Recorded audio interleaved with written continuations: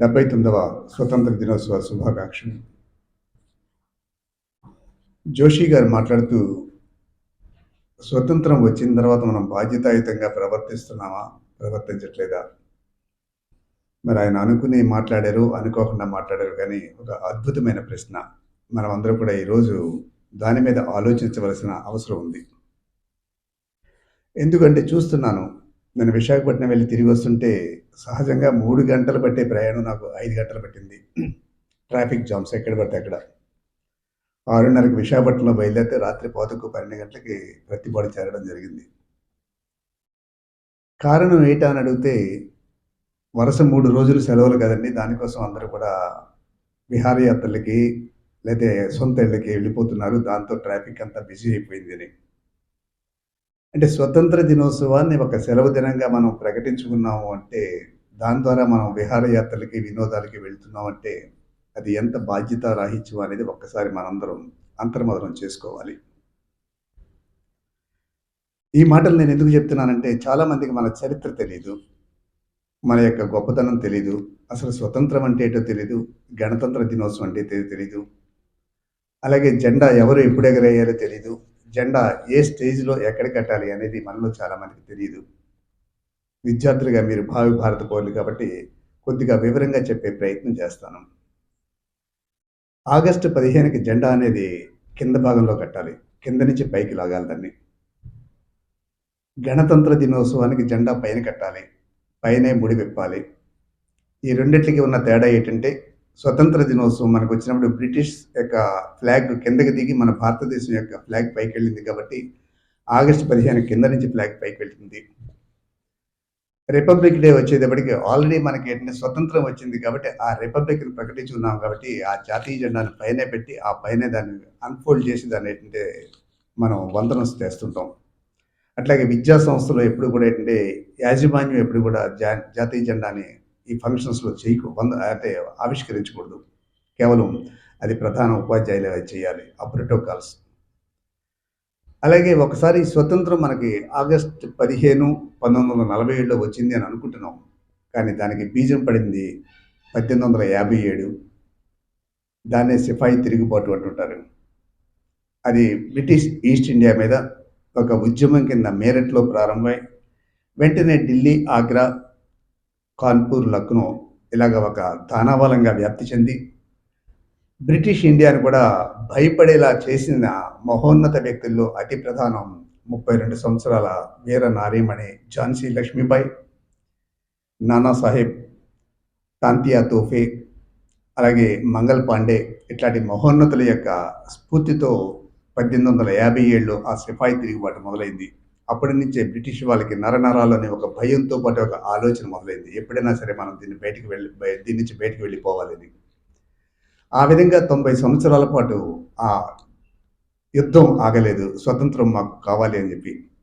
దాంట్లో ఆ 1897 నుంచి 1947 వరకు మనం ఈరోజు గాంధీని, నెహ్రూని చూస్తున్నాం తప్ప, వీళ్ళు పైకి మనకు కనపడే బొమ్మలే తప్ప, ఆ వెనకాల ఉండే యుద్ధంలో, ఆ వెనకాల ఉండే మదనంలో ఎంతమంది ప్రాణత్యాగం చేశారు అని చెప్పి ఒక్కసారి మనం ఆలోచించుకుంటే, షరిత మన మన శశి థరూర్ ఒకసారి పార్లమెంట్‌లో అడిగాడు.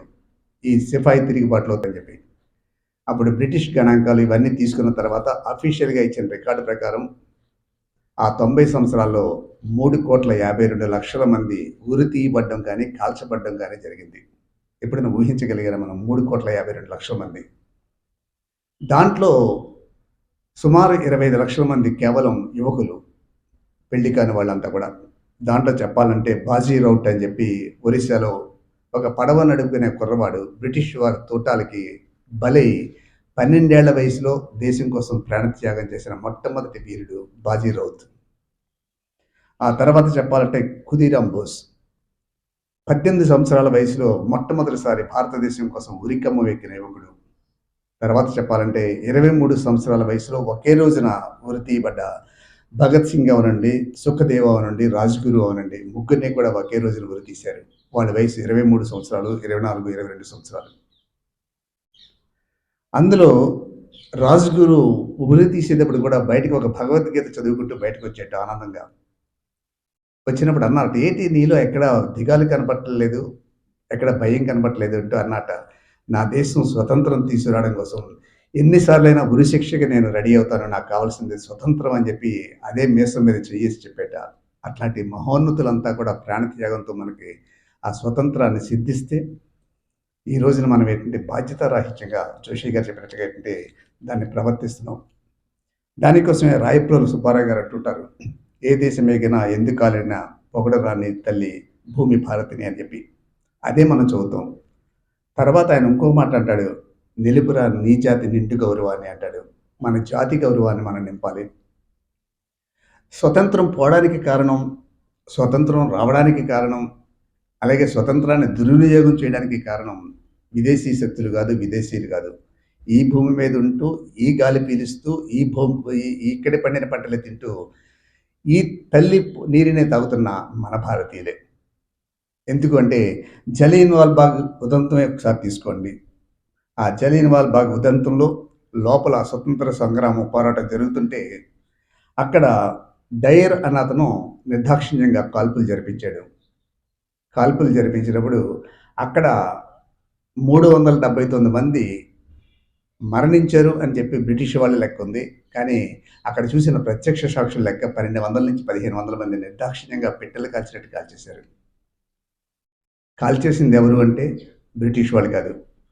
ఆర్డర్ ఇచ్చింది ఆ డైర్ అన్న అతను బ్రిటిష్ వారు ఇస్తే, ఆ బ్రిటిష్ బానిసల కింద వాళ్ళకి తొత్తులుతూ ఉన్న 50 నుంచి 90 మంది భారతీయ సిపాయిలే. భారతీయులు ఉద్యోగం చేస్తూ వాళ్ళు ఏం చెప్పారంటే రూల్ పాటించాలి కాబట్టి మేము ఇది చేసామని చెప్పి. అదే ఒక వ్యక్తి ఈ మధ్యన చెప్పాడు. ఒక సింగపూర్‌లో వెళ్ళినప్పుడు మీ భారతీయులు మేము అసల లెక్క చేయం. మీరంటే మాకు ఇష్టం ఉండదు. మిమ్మల్ని పార్టీలకి పిలవనట. ఎందుకు పిలవరంటే మీ అంత నీచులు, మీ అంత నికృష్టులు ఎక్కడ ఉండరు ప్రపంచం మీద అని. ఎందుకు ఉండరు అంటే ఆ జలియన్ వాల్ బాగ్ ఉదంతం జరిగినప్పుడు ఆ డయర్ ఇచ్చిన పిలుపుకి 50-90 మంది మీ సిపాయిలే మీ వాళ్ళనే కాల్చారు కానీ ఒక్క సిపాయి అన్న తిరిగి ఆ డయర్‌ని కాల్చుంటే ఆ సమస్య అక్కడితో ఉండిపోదు కదా! మీరు స్వార్థం కోసం ఏదైనా చేస్తారు అన్నట్టు. ఈ రోజున మనం చూడండి స్వార్థం కోసం మన సీక్రెట్స్ అన్నీ కూడా బయటకిస్తున్నాం. అట్లాగే నేను ఏ రాజకీయ నాయకుడిని స్వార్థం కోసం రాహుల్ గాంధీ చేసే వింత వింత ప్రచారాలు చూడండి. అతన్ని చూస్తుంటే నీచుడా, నికృష్టుడా అనిపిస్తుంటుంది ఆ రాహుల్ గాంధీ. దానికోసమే ఆ కాంగ్రెస్ పార్టీ 140 సంవత్సరాలు చరిత్ర ఉన్నా సరే పతనమైపోవడానికి కారణం ఏంటంటే రాహుల్ గాంధీ లాంటి నాయకులు అక్కడ సారథ్యం వహించడం. ఆపరేషన్ సింధూర్ జరిగితే దాంట్లో ఎంతమంది ఉన్నారు? సాక్ష్యాలు ఉన్నాయా అన్నట్ట. మరి ఇందిరాగాంధీని చంపింది వాళ్ళ అమ్మమ్మని చంపిన, నానమ్మని చంపిన వాళ్ళు పక్కనే ఉన్నారు. వాళ్ళ గురించి ఎప్పుడైనా ఎంక్వైరీ చేశాడా? వాళ్ళ తండ్రి రాజీవ్ గాంధీని చంపినప్పుడు ఆ చంపిన వాళ్ళ పక్కన అంగరక్షకులు వాళ్ళ వివరాలు ఎప్పుడైనా అడిగాడా? అంటే ఈ విధంగా మన దేశంలో ఉంటూ, మన నీరు తాగుతూ, మన గాలి పీలుస్తూ, మనకే దేశద్రోహం చేసే ఇట్లాంటి వాళ్ళు ఉన్నంత కాలం బాధ్యత అనేది మనకు తెలీదు. దానికోసమే ఒకసారి గణాంకాలు తీసుకున్నా ఇందాక చెప్పారు అభివృద్ధి చెందుతున్న భారతదేశం అని. అది ఎప్పుడు నా చిన్నప్పటి నుంచి చదువుతానని ఇప్పుడు చదువుతూనే ఉన్నాను. మన అదృష్టం కొద్దీ పివి నరసింహారావు, మన్మోహన్ సింగ్ ఆ కాంబినేషన్ వచ్చిన తర్వాత అభివృద్ధి చెందుతున్న భారతదేశంలో కాస్త ఆ చక్రం స్పీడ్‌గా మొదలుపెట్టింది.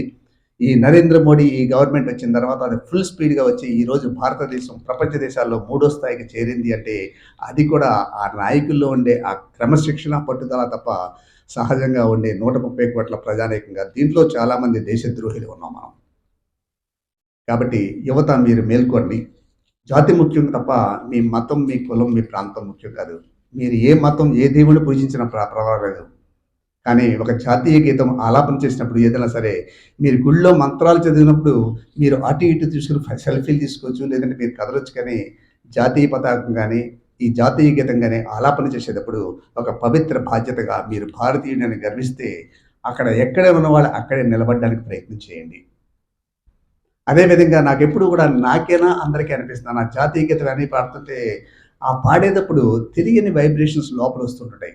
మన మంత్రోచ్చారణ చేస్తుంటే ఆ శబ్దానికి మనకేంటి వైబ్రేషన్స్ రావాలంటారు. ఆ స్వర్గం ఉందో లేదో మనకు తెలీదు. ఈ భూమి మీద ఉన్న జనని జన్మభూమిశ్చ స్వర్గాదపి గరీయస్ అని చెప్పి భారతదేశంలో పుట్టడమే ఒక గొప్ప అదృష్టం. అట్లాంటి దేశంలో పుట్టిన మనం ఆ జాతీయ గీతం పాడేటప్పుడు అది తన్మయత్వంతో ఒక్కసారి ఆలోచించండి. ఆ ఆలోచించి అది వింటే ప్రయత్నం చేస్తే తెలియకుండానే ఒక వైబ్రేషన్ వస్తుంది. అప్పుడే ఆ జాతి ప్రతిష్ట మనకు నిలబడుతుంది. సో, మీ అందరిని కూడా ఏంటంటే రాబోవు తరాలు మీరే. 4 రోజులు అమెరికా ఎళ్ళొస్తే బ్లడీ ఇండియా అనే స్టేజ్‌లో ఈరోజు మన యువత అంతా ఉంది. అది చాలా తప్పు. ఎక్కడికెళ్ళినా నీ భారతీయుడిని, నీ జాతిని పొగడడం నేర్చుకోండి. దానికోసం ఎంతోమంది త్యాగదనులు చేసిన ఆ కృషిని స్మరించండి. ఆగస్టు 15 లేతే గణతంత్ర దినోత్సవాలంటే సెలవు దినాల కింద చూసుకోకండి. ఏ కన్వీనియన్స్ ఉన్నా లేకపోయినా సరే, నేను అభిమానించే cinema hero first day, first show కోసం ఏ విధంగా బస్సు దొరకకపోతే మోటార్ సైకిల్ మీద, అది దొరకకపోతే షేర్ ఆటో మీద ఎళ్తానో, అదే విధంగా స్కూల్ ట్రాన్స్‌పోర్ట్ లేకపోయినా సరే వచ్చి ఆ చందా వందనం స్వీకరిస్తాను అనే తపన, ప్రతిజ్ఞ మీరు తీసుకోండి. అలాగే ఈ రోజంతా కూడా ఏంటంటే వీలున్నంత వరకు చదవండి. జాతికి చేసే ఎంతమంది కాంట్రిబ్యూట్ చేశారు?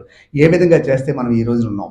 ఈ రోజున ఇంత సుఖంగా మనం ఉన్నామంటే దానికి ప్రధానం అదే. ఆ మధ్యన ఒకసారి ఒక ఇంటర్వ్యూలో ఒకాయన అడిగాడు. "నీ హీరో ఎవరు?" అంటే, "నాకు సినిమా హీరోలు ఎవరు లేరు. నాకు ఉన్నారు ముగ్గురే హీరోలు" అంటాడాయన. అది ఎవరు అంటే, ఫస్ట్ హీరో నాకు జన్మనిచ్చిన నా అమ్మ, నాన్న అంటాడాయన.